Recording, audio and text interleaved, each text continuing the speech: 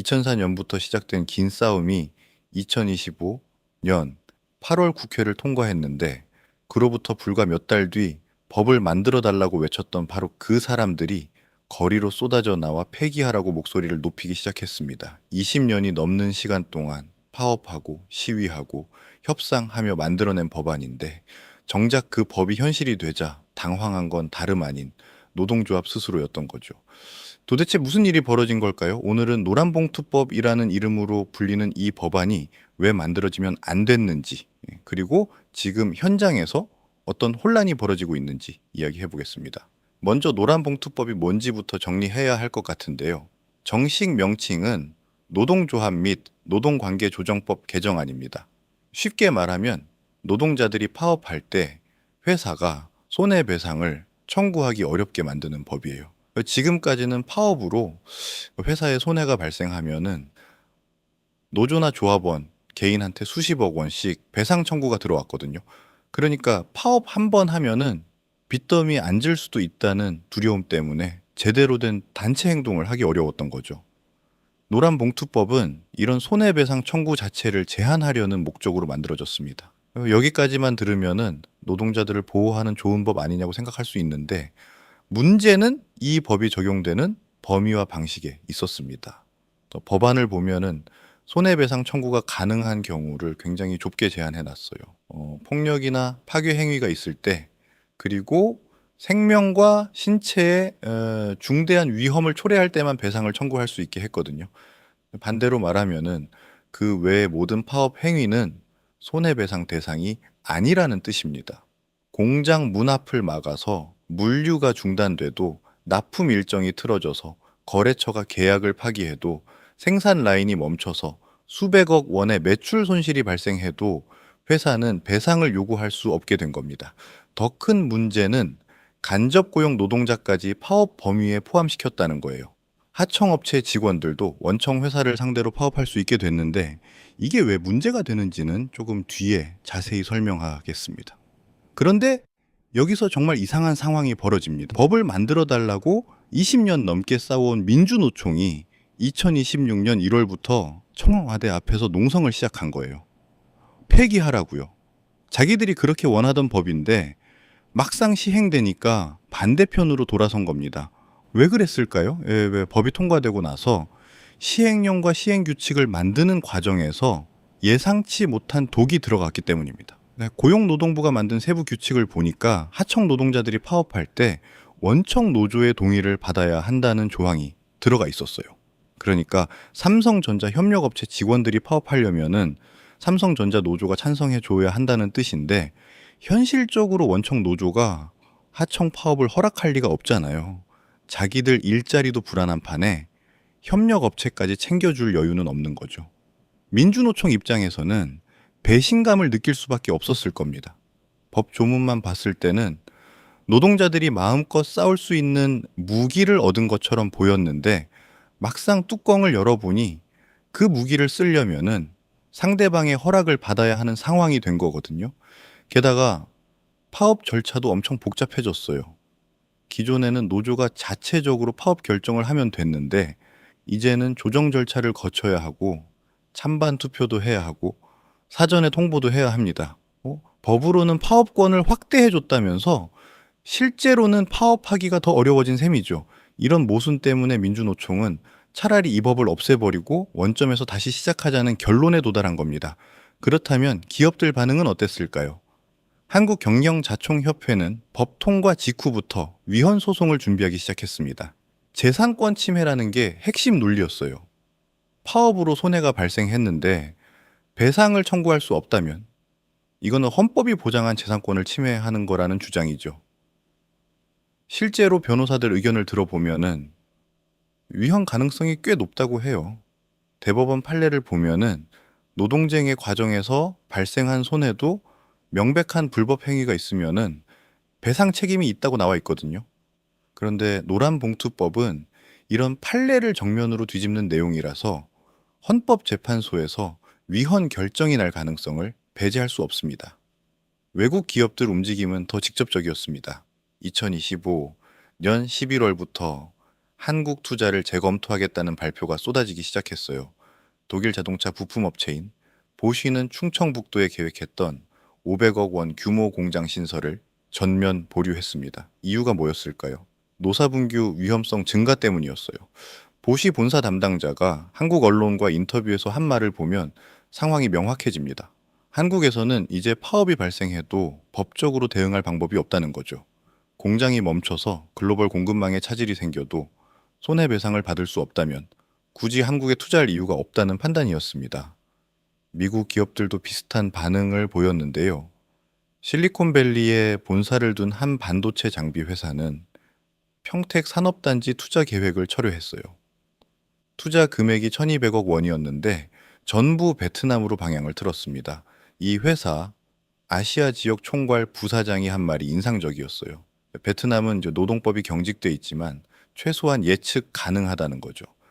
파업이 일어나면은 어떤 절차로 진행되고 어떤 결과가 나올지 계산이 된다는 겁니다. 반면 한국은 법이 통과됐지만 실제로 어떻게 적용될지 아무도 모르는 상태니까 투자하기가 무섭다는 거예요. 기업 입장에서는 불확실성이 가장 큰 리스크거든요. 일본 기업들은 조금 다른 방식으로 반응했습니다.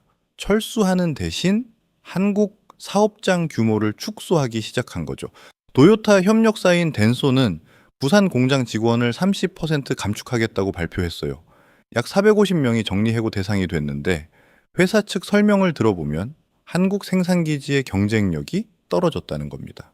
같은 제품을 만들어도 태국이나 인도네시아 공장이 더 안정적으로 운영되니까 한국 비중을 줄이는 게 맞다는 판단이었죠. 이런 식으로 외국 기업들이 하나둘씩 한국을 떠나거나 투자를 줄이면서 일자리가 사라지기 시작했습니다. 정부는 이런 상황을 예측하지 못했던 걸까요? 사실 고용노동부는 법안 통과 전부터 부작용을 경고했었어요. 2024년 국회 환경노동위원회에 제출한 의견서를 보면 외국인 직접 투자 감소 가능성을 명확히 지적했거든요.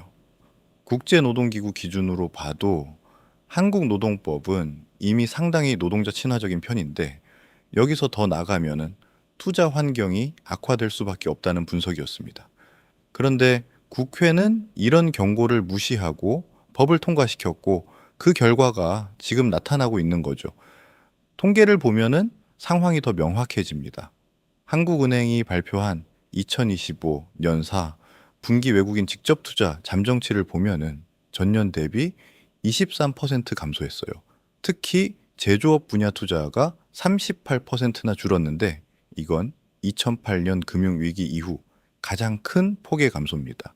산업연구원이 외국 기업 200곳을 대상으로 설문조사를 했는데 그중 67%가 한국 투자 축소를 검토 중이라고 답했어요. 이후로는 노사분규 리스크 증가가 82%로 압도적으로 높았고 그 다음이 인건비 상승으로 54%였습니다. 국내 기업들 고민도 깊어지고 있습니다. 대기업들은 생산 기지를 해외로 이전하는 걸 본격적으로 검토하기 시작했어요. 삼성전자는 베트남 공장 증설에 5조 원을 투자하기로 했고 LG전자는 인도 공장을 확대하고 있습니다. 반대로 한국 내 공장 신규 투자는 거의 동결됐어요. 현대자동차도 울산 공장 추가 증설 계획을 무기한 연기했는데 내부적으로는 노동 환경 변화가 주요 이유 중 하나였다고 합니다. 이렇게 되면은 결국 피해는 노동자들한테 돌아올 수밖에 없습니다. 새로운 일자리가 만들어지지 않고 기존 일자리마저 해외로 옮겨가는 상황이니까요. 중소기업들은 더 직접적인 타격을 받고 있습니다. 대기업 하청을 받는 업체들은 파업 위험 때문에 원청과 계약을 따내기가 이제 좀 어려워졌어요. 원청 입장에서는 납품 차질이 생기면은 큰 손해인데 그 손해를 배상받을 방법이 없으니까 아예 거래를 꺼리게 된 겁니다. 경기도 시흥시에 있는 한 자동차 부품업체 사장 얘기를 들어보면은 절박함이 느껴져요. 현대차와 10년 넘게 거래하던 업체인데 최근 계약 갱신에서 탈락했다고 합니다. 이유는 노사 안정성 평가에서 낮은 점수를 받았기 때문이었어요.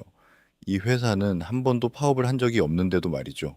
현대차가 보기에는 법이 바뀐 이상 언제든 파업이 일어날 수 있고 그러면은 대응할 방법이 없으니까 위험 요소를 미리 제거하는 게 낫다는 판단이었던 겁니다. 건설업계도 비상이 걸렸습니다. 네. 대형 건설사들은 하도급 계약서에 노사 안정성 조항을 새로 넣기 시작했어요. 하청업체에서 파업이 발생하면은 계약을 즉시 해지할 수 있다는 내용인데 이게 합법인지 불법인지도 아직 명확하지 않습니다. 그러니까 법은 파업권을 보장하는데 계약으로는 파업하면은 거래를 끊겠다는 조항을 넣는 모순된 상황이 벌어지고 있는 거죠. 중소건설사들은 이런 조항을 받아들일 수밖에 없어요. 거부하면은 당장 일감이 끊기니까요. 결국 피해는 건설 현장 노동자들한테 갑니다. 회사는 파업을 원천 봉쇄하려고 노조 활동을 더 강하게 탄압하게 되고 노동자들은 법으로 보장된 권리조차 제대로 행사하지 못하는 상황에 놓이게 되는 겁니다. 여기서 핵심적인 질문을 던져봐야 할 것 같습니다. 이 법이 정말 노동자들을 위한 법일까요? 민주노총 산하 조합원 수가 약 110만 명인데 이 중에서 실제로 노란봉투법 혜택을 받을 수 있는 사람은 얼마나 될까요? 전문가들 분석을 보면은 아마도 20만 명 정도일 거라고 해요. 대기업 정규직은 애초에 파업 배상 위험이 크지 않았거든요. 회사들이 함부로 소송 걸기 어려운 구조였으니까요. 결국 혜택을 볼 수 있는 건 중소기업이나 하청 노동자들인데 앞에서 본 것처럼 이들은 오히려 일자리 자체를 잃을 위험에 처해 있습니다. 더 큰 문제는 노조에 가입하지 않은 노동자들입니다. 한국 전체 임금 노동자가 약 2천만 명인데 노조 조직률은 12% 정도밖에 안 돼요. 그러니까 1,700만 명 이상은 노조가 없는 사업장에서 일하고 있다는 뜻입니다. 이 사람들은 노란봉투법과 아무 상관이 없어요. 파업권도 없고 단체 교섭권도 없습니다.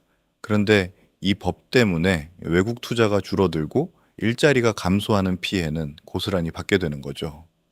법의 혜택은 소수만 받는데 부작용은 전체가 떠안는 구조입니다. 청년들 입장에서 보면은 상황은 더 암울합니다. 취업 시장이 얼어붙고 있거든요. 대기업들이 신규 채용을 줄이고 있고 외국 기업들은 한국 투자를 기피하고 있으니까 일자리 자체가 줄어들 수밖에 없습니다.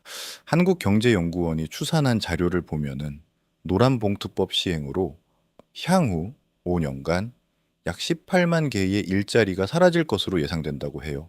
이 중 절반 이상이 청년 일자리일 거라는 전망입니다. 제조업 일자리가 줄어들면은 그나마 고졸 취업이 가능했던 자리들이 사라지는 거고 외국 기업 철수는 영어 잘하는 대졸 청년들한테 타격을 주는 겁니다. 자영업자들도 불안해하고 있습니다. 프랜차이즈 가맹점주들은 본사 직원들이 파업하면은 본사한테 손해배상을 청구할 수도 없게 됐거든요. 예를 들어 치킨 프랜차이즈 본사에서 파업이 일어나서 원재료 공급이 중단되면은 가맹점은 좀 장사를 못해서 이거 손해를 보는데 본사한테 배상을 요구할 길이 없어진 겁니다. 법적으로는 가맹점주도 독립된 사업자니까 본사 노사분규와 무관하다는 논리인데 실제로는 본사에 완전히 이제 종속돼 있는 구조잖아요. 이런 모순 때문에 가맹점주들은 프랜차이즈 계약을 꺼리게 되고 결국 프랜차이즈 산업 전체가 위축될 수밖에 없습니다. 그럼 이 상황을 어떻게 해결해야 할까요? 민주노총은 법을 폐기하고 다시 만들자고 주장합니다. 경총은 위헌 소송을 밀어붙이고 있고요. 정부는 시행령을 손보겠다는 입장인데 어느 쪽도 명확한 해결책을 제시하지 못하고 있습니다. 법은 이미 시행됐고 현장은 혼란에 빠졌고 외국 기업들은 떠나가고 있는데 누구도 책임을 지지 않는 상황이 계속되고 있는 거죠. 여기서 우리가 냉정하게 봐야 할 게 있습니다. 노동자 권리 보호는 중요합니다. 파업권도 당연히 보장돼야 하고요. 문제는 방법입니다. 한쪽 권리를 보호하려다가 다른 쪽 권리를 침해하고 결과적으로는 보호하려던 대상조차 피해를 보게 만드는 법이라면 그건 잘못 만든 법입니다. 노란봉투법이 정확히 그런 케이스예요. 의도는 좋았을지 몰라도 설계가 엉망이었고 그 결과가 지금 나타나고 있는 겁니다. 해외 사례를 봐도 이런 식으로 한쪽에만 유리한 법을 만든 나라는 거의 없어요. 독일 같은 경우는 노동자 권리가 강하게 보호되지만 동시에 기업의 예측 가능성도 보장하는 구조로 돼 있습니다. 파업 절차가 명확하고 손해배상 범위도 합리적으로 정해져 있어요. 노사 모두 룰을 지키는 선에서 협상하는 구조죠. 스웨덴은 더 흥미로운데요. 파업권은 광범위하게 보장되지만 동시에 노조가 파업으로 인한 손해를 일부 부담하는 시스템입니다. 그러니까 노조도 함부로 파업을 하지 않게 되는 거죠. 권리와 책임이 균형을 이루는 구조입니다. 한국 노란봉투법은 권리만 주고 책임은 면제해주는 구조예요. 이게 얼마나 위험한지는 지금 현장에서 확인되고 있습니다. 파업을 해도 책임질 필요가 없으니까 과격한 쟁의 행위가 늘어날 가능성이 높아요. 실제로 2025년 12월 경남 창원의 한 기계 부품 업체에서 파업이 일어났는데 노조가 공장 정문을 완전히 봉쇄해 버렸습니다. 출하 차량이 못 나가게 만든 거죠. 회사는 하루에 3억 원씩 손해를 봤는데 법적으로 대응할 방법이 없었어요. 결국 이 주만에 노조 요구를 거의 다 들어줬는데 회사 입장에서는 굴복한 거나 마찬가지였죠. 이런 사례가 알려지면서 다른 기업들은 더욱 투자를 꺼리게 되는 악순환이 만들어지고 있습니다. 지금 시점에서 가장 중요한 건 이 법이 경제 전체에 미칠 장기적 영향을 제대로 평가하는 겁니다. 단기적으로는 일부 노동자들이 파업을 더 쉽게 할 수 있다는 장점이 있을지 모릅니다. 하지만은 중장기적으로 외국 투자가 감소하고 국내 기업들이 해외로 나가면서 일자리가 줄어들면은 결국 노동자들이 가장 큰 피해를 보게 됩니다. 일자리가 없으면은 노동권도 무의미하거든요. 싸울 일터 자체가 사라지는 건데 파업권이 무슨 소용이 있겠어요. 여러분 월급에도 영향이 올 수밖에 없습니다. 기업들이 투자를 줄이면은 생산성 향상이 더뎌지고 그러면 이제 임금 인상 여력도 줄어듭니다. 경쟁력 있는 기업들이 한국을 떠나면 노동시장에서 협상력이 약해질 수밖에 없어요. 일자리를 구하는 사람은 많은데 좋은 일자리는 줄어드니까요. 이미 그 조짐이 나타나고 있습니다. 2025년 하반기 임금 인상률을 보면 전년 대비 1.2%포인트 낮아졌어요. 물가는 오르는데 임금은 덜 오르니까 실질 소득이 줄어드는 겁니다. 퇴직금이나 연금도 영향을 받을 수 있습니다. 기업들이 수익성이 나빠지면은 퇴직연금 적립을 줄이거나 연기할 가능성이 높아져요. 특히 중소기업들은 당장 자금 사정이 어려워지면은 퇴직금을 제때 못 주는 경우도 생길 수 있습니다. 국민연금도 마찬가지예요. 경제가 전반적으로 악화되면 연금 재정이 더 빨리 고갈될 수 있거든요. 예.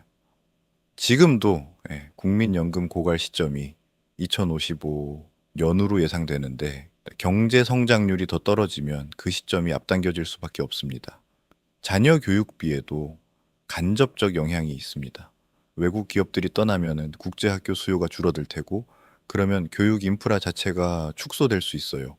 좋은 일자리가 줄어들면은 사교육 경쟁은 더 치열해질 겁니다. 제한된 파일을 놓고 더 많은 사람들이 경쟁하는 구조가 되니까요.